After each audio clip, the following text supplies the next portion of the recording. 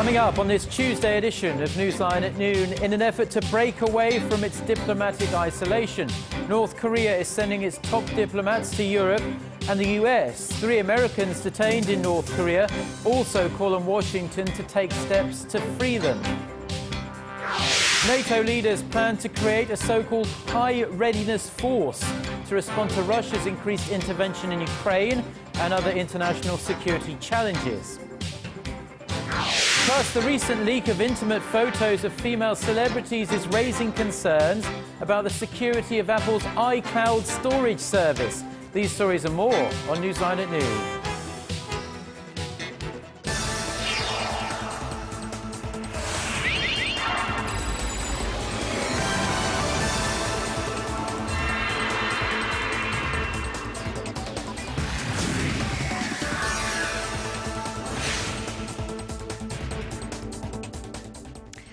It's noon Tuesday, September 2nd here in Korea. Thanks for tuning in. Live from Seoul, I'm Eoh Jin-joo. It's very good to have you with us. I'm Mark Broome. Our top story at this lunchtime, there are growing signs North Korea wants to reopen lines of dialogue with the West. North Korea's foreign minister is scheduled to be in New York City, in fact, later this month. And that's naturally raising speculation that he'll hold talks with US officials while he's there. And it's not just that. We now have word of a possible visit by a high-level North Korean official to Europe later this week. Hwang Seung-hee starts us off. A possible trip to Europe by a seasoned North Korean diplomat is drawing further attention to Pyongyang's recent diplomatic overture. Kang Seok-ju, secretary of the Central Committee of the Workers' Party of Korea, will reportedly visit Germany, Belgium, Switzerland, and Italy starting late this week. Experts say that given Kang's status in North Korea, his trip may serve a specific purpose. This as Pyongyang is accelerating its diplomacy with Washington.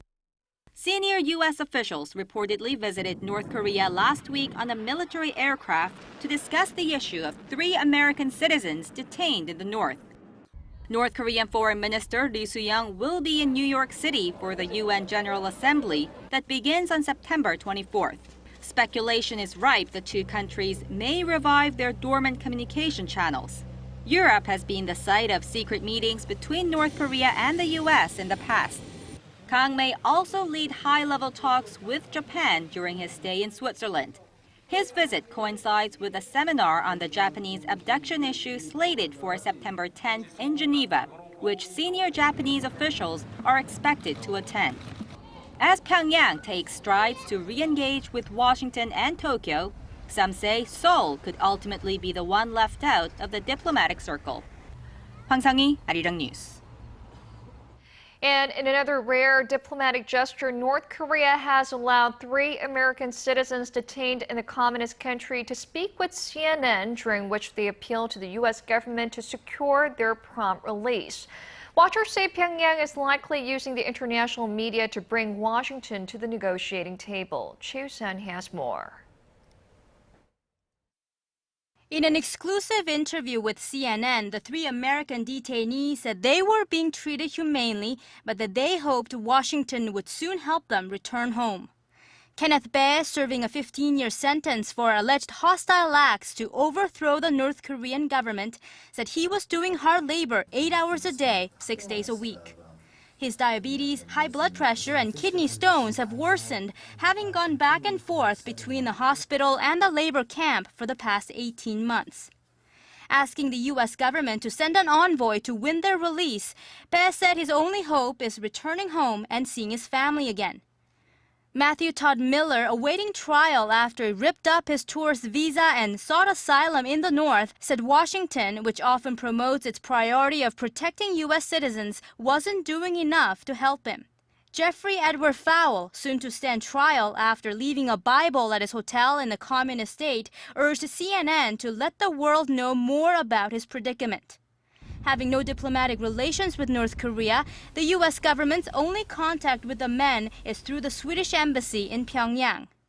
Stressing there is no greater priority than the welfare and safety of Americans abroad, the State Department urged Pyongyang to grant Kenneth Bae amnesty in light of his poor health. North Korea's strategic use of the media to seek dialogue with the U.S. is increasing pressure on the Obama administration ahead of the midterm elections in November. Now the question is whether Washington will send a former president or a prominent political figure, as it has in the past, to broker the detainees' release, and if that could lead to a resumption of dialogue between the U.S. and the North. Choi Yu-sun, Arirang News. The United States is looking for possible locations in Asia to deploy its anti-ballistic missile defenses, and as North Korea ratchets up its threats, South Korea may be a prime spot. Kim Min-ji reports.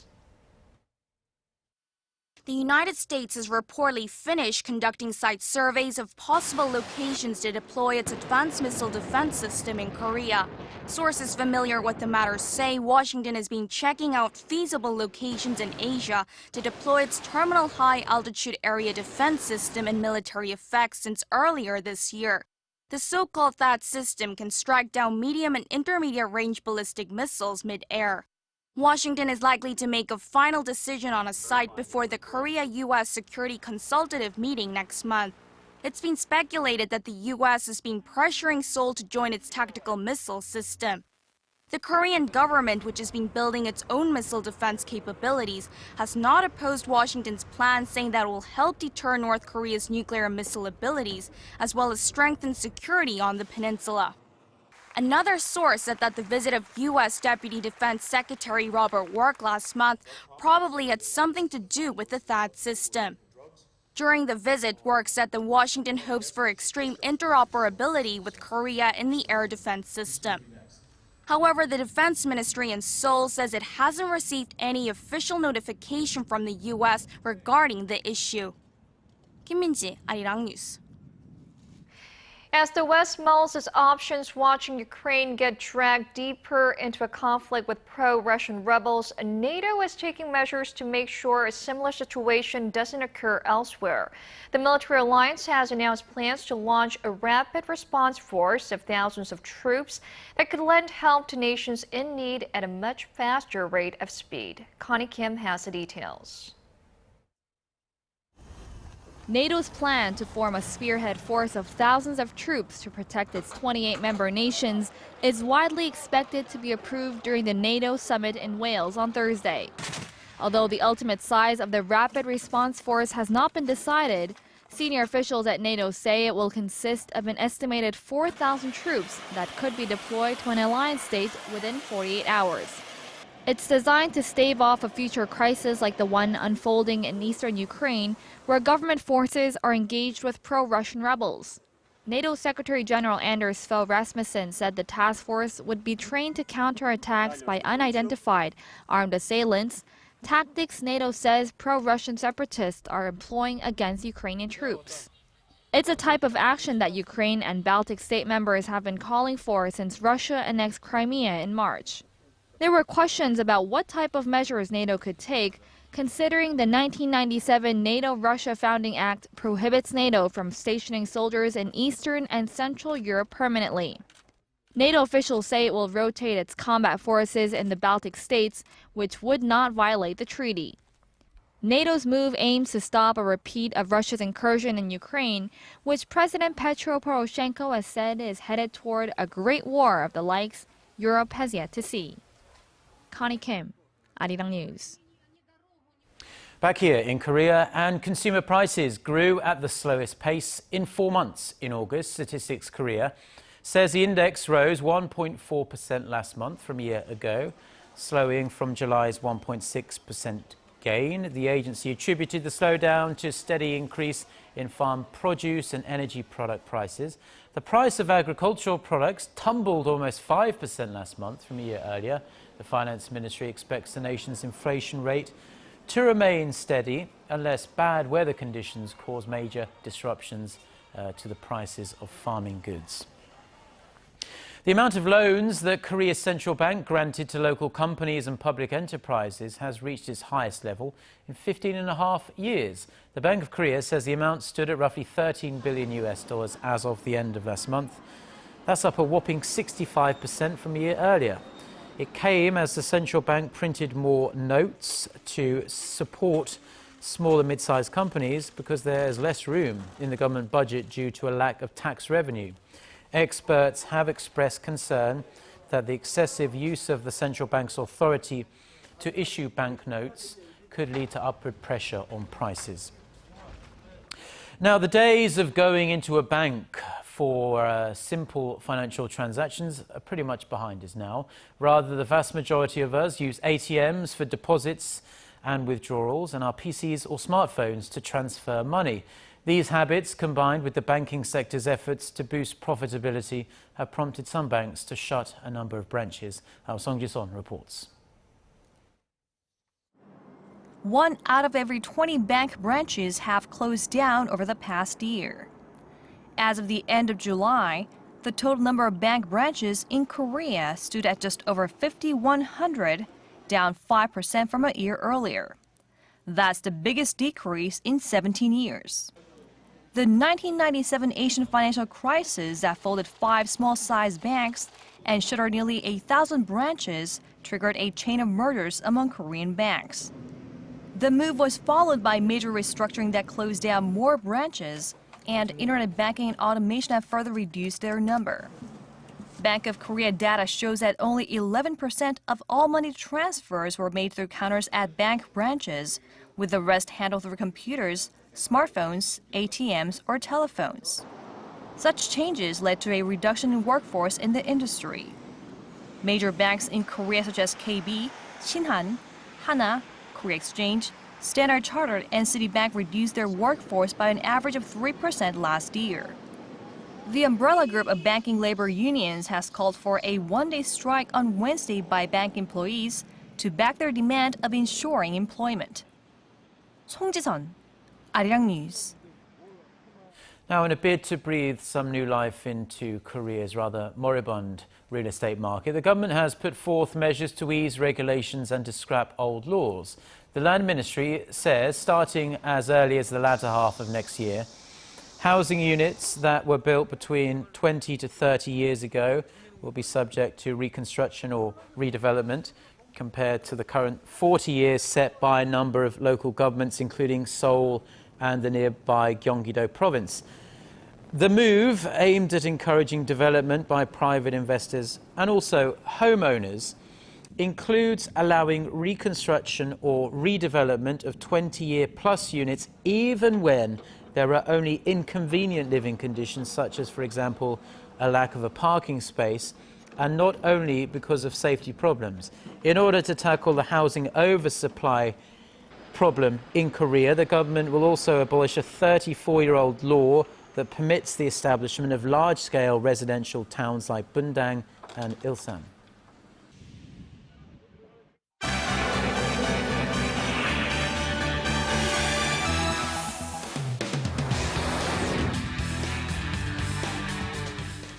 Let's now get a check on some of the other international headlines we're following this Tuesday afternoon. For that, we turn to our Eunice Kim standing by at the news center.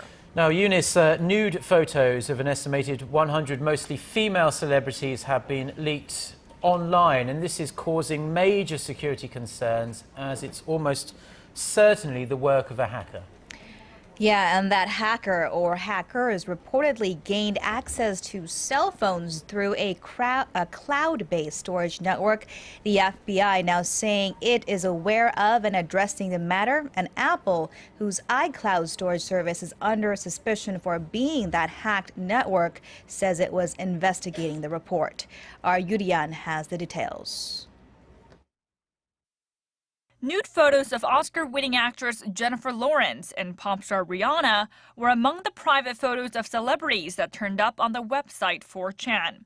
A spokesperson for Lawrence confirmed the authenticity of the images and slammed the hackers for a flagrant violence of privacy and vowed to prosecute anyone who shared the images online. Actress Mary Elizabeth Winstead, who also had her intimate photos leaked, criticized the people who posted and viewed her photos and said they were taken in privacy of her and her husband's home. The anonymous user who leaked the photos claimed they were obtained from Apple's iCloud accounts, sparking fears about the safety and security of the service. When activated, the iCloud service automatically uploads photos, emails, and contacts on your smartphone to multiple electronic devices, including tablet PCs and laptops. Apple released a brief statement on Monday saying it takes user privacy seriously and is currently actively investigating the report. If the hackers are caught, they could serve some major jail time. Christopher Cheney, who was found to have leaked nude photos of celebrities like Scarlett Johansson, was sentenced to 10 years behind bars. Yurian, Arirang News. And on to the United Nations now. Members of its Human Rights Council unanimously agreed this morning to send an emergency mission to Iraq, where it said acts of inhumanity on an unimaginable scale were being committed by the Islamic State group. The decision was reached during an emergency session in Geneva following a request from the government of Iraq.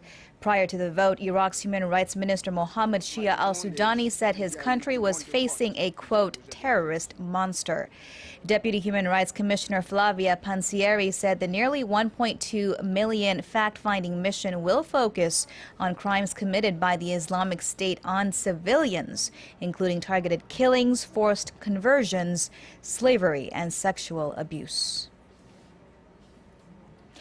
And the UK is stepping up its defenses against terrorist threats from Iraq and Syria. After hiking up its threat level to the second highest degree Friday, British Prime Minister David Cameron this morning made his case at the House of Commons for bolstered powers to fight the threat locally and abroad. He called on lawmakers to approve a new law that would give police temporary authorization to seize British passports belonging to citizens believed to support the Islamic State. He also said Britain needed measures in place to block radical fighters from returning home. UK authorities estimate some 500 British citizens have moved to Iraq and Syria to fight with radical Islamist groups. And Japan's health ministry has confirmed 19 more cases of dengue fever, adding to the 3 cases recorded last week in the country. They're the first known domestic cases of the mosquito-borne disease since World War II in 1945. The first 3 identified victims were traced to the popular Yoyogi Park in central Tokyo, which was sprayed with 800 liters of pesticide in hopes to kill off the mosquito colony. Japan's health ministry said it had none of the sick are in critical condition. Dengue fever is not contagious, but is transmitted by the bite of an infected mosquito.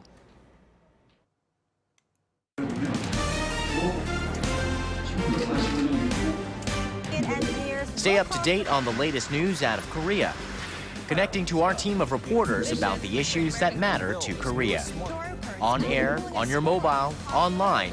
Find out more about Korea on Newsline at Noon with Mark Broome and Eoh Jin-joo. I'm Eoh Jin-joo. Market researcher, strategy analytics, said Thursday that LG Electronics brought in about eBay, Craigslist, Airbnb. If you have heard any of these names, you're probably already exposed to the so-called sharing economy. The peer-to-peer marketplace is a fast-growing trend in which people essentially rent assets from others rather than owning them. And our Kim Ji-yeon reports on what the sharing economy looks like here in Korea. Green Car is a car-sharing service founded in 2011 that makes it easier for people to lend out cars at low prices. It's one of the most prominent examples of the sharing economy in Korea, in which people become more like users than owners of assets. Around 240,000 people have used this service so far. All it takes is a few taps on a smartphone application. It's really easy to use this car sharing service. It's only $3 for using this Avante model for 30 minutes. Users are instantly updated on what kind of vehicles are available in one of the so-called green zones, locations where people can pick up and drop off their vehicles after they're done using them. There are 700 green zones throughout the country, and so it takes just 10 minutes by foot on average to reach one. Green Car Marketing and Communications Director Yang Song-sik says that technological developments have allowed the convergence of the appropriate hardware and software, providing the best platform for the car sharing service.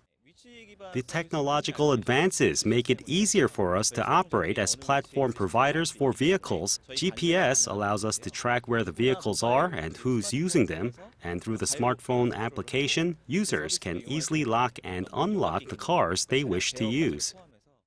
Companies like Green Car are using their sharing economy to find ways to utilize idle assets and providing a platform to make them more resourceful. Kim Jeong, Arirang News.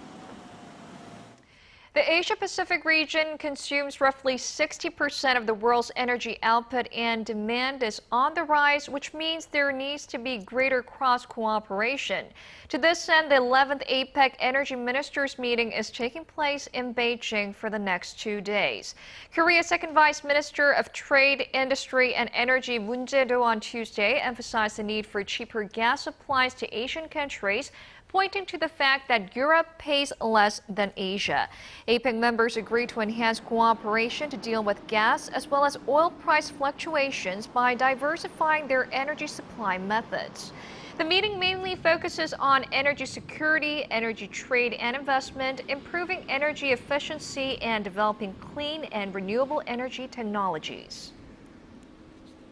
And while we're on renewable energy technologies, the world's first solar plant constructed over water has started operations right here in Korea. The local developers say similar plants like it could one day make waves in the global energy market. Our Son Jung-in reports. This is the world's first rotating solar power plant on water. Unlike other conventional solar facilities or fixed on land, this module is designed to move along with the movement of the sun during the day, which increases energy efficiency by 22%. The floating plant in Anseong, Gyeonggi-do Province consists of 1,600 panels that can produce 2,000 kilowatts of energy per day, which is enough to supply about 200 households. The concept of movable solar panels is not new, but other versions consume a great amount of energy to rotate. This one does not. Using water buoyancy, 2 motor engines are enough to operate an 8,000 square meter generator that follows the sun's movement to maximize efficiency.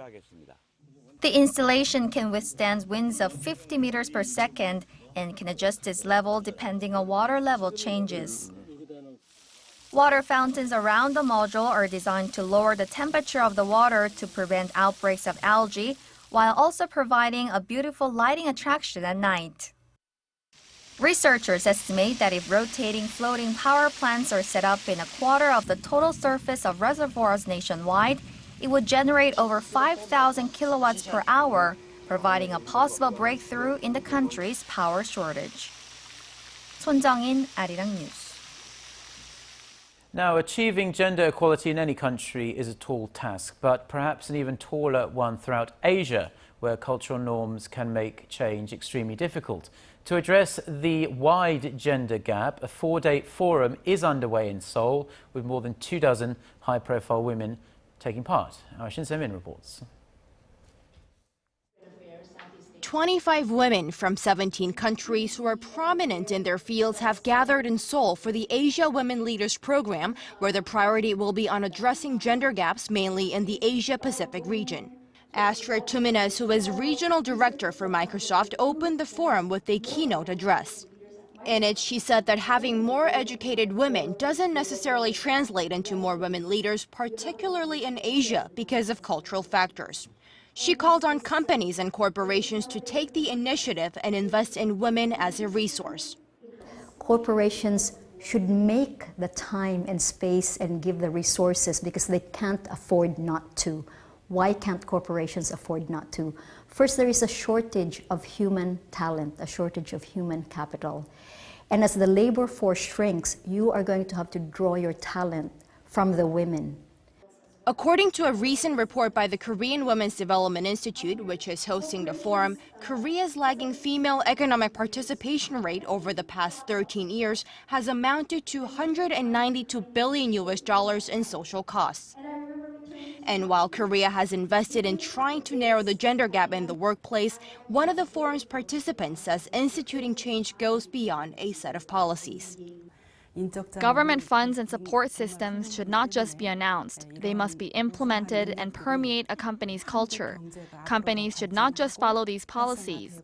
They must also consider the distinctive characteristics of women. An understanding and thoughtful culture should be implemented. The chairman of Industrial Bank of Korea says guaranteeing a balanced work life for women will eventually become a great asset that will increase the nation's competitiveness globally. Shin Se-min, Arirang News.